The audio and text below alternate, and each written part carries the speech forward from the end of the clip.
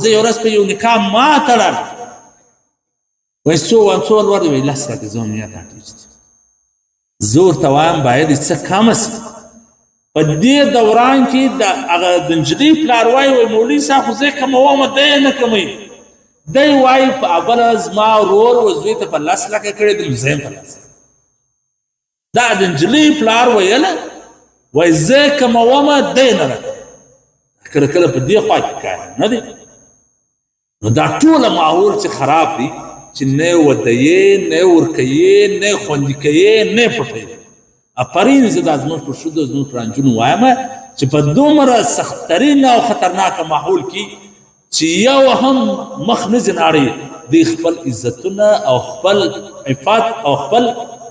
عزت محفوظه ساتلی دي زه و دې ښځو ته افرین وایم ځکه په سر به جنت او دا د دې دپاره جهاد دی دا د دې دپاره چې دوی و هر چا ته د غله په نظر ولي ما یو ورځ یو کتاب کاپي د کور مشود ته تعلیم پکې کاوه مولانا ذوالفقار نقشبندي صاحب کتاب هغه په دې کتاب کې لیکلي دي وایي یو ورځ یو مثال یې ورکړی دی د ښځو د حفاظت لپاره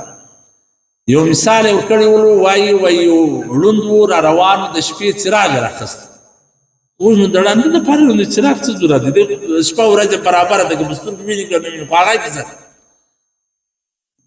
نو یو بل سړی سترګو والا په مخه ورغلی دی چې ته خو هسې په سترګو نه وینې ته دا څراغ څه کوي دی ورته وایي دا خو د سترګو والا دپاره راخیستی چې هغه زه منډې راکې ونه مشلي زه خو هم پر لار پر عادت سم روان یم که څراغ یې که نه پر خپله لار روان دا مې د دا سترګو والا دپاره راخیستې دي چې دا سترګو والا راکې ونه مشلي هغه دا یو بتۍ ویني چې وروره دا یو شی را روان نو مولانا ذوالفقار نقشبندي صاحب د زنانو ته ویله چې په کار دا ده چې دوی د ځان سره احتیاط وکړي لکه دا اړون چې د ځان احتیاط کوي د بل پر دنیا د یو چا سره نه بانډار نه فري نه ګپ شپ چې هغه هرې رښتیا والا قرآن مجید کې الله څه فرمایي وایي په نرمي به خبرې لا موثر کوي ځکه وده ته تمه پیدا کېږي زموږ خلک داسې تمګر دي کله کله به د هغې پام نه اچانک به نظر پر ومشتي کله کله به پام نه اچانک به د دروازې پر راووځي دی سوی دا یا زما دپاره راووتله یا ما ته وکړه بس تمه ورته پیدا شي زه به کراچي کې دلته یو ځای ناست وم یو انډوال نو د پر چاو ناست د ښایسته ځوان ولو خو پر دا مخ یې دا د چکې دغه دی معلوم مثلا دا چې چا په چکا ولدي دی تک سولې وراړو زه ورته وایم خیر دی د مخ ولې دا رقم ایاتنور نومېدی وزیرستانۍ و دا زما انډوال د عزیز خبره وایي دا خو موږ کلیپټر نه کړلي وله دی نو یو پیکۍ اړولی ځان یې دی تار و نار کړی و یو نجلۍ را روانه وله دی څول دا ماته دی کېږي نه دی مثلا اشاره کړي چې دا زما په ځواني مین څول دی نږدې ورغلې خبره ته وکړو هغې چې دا چکه نو دې ځای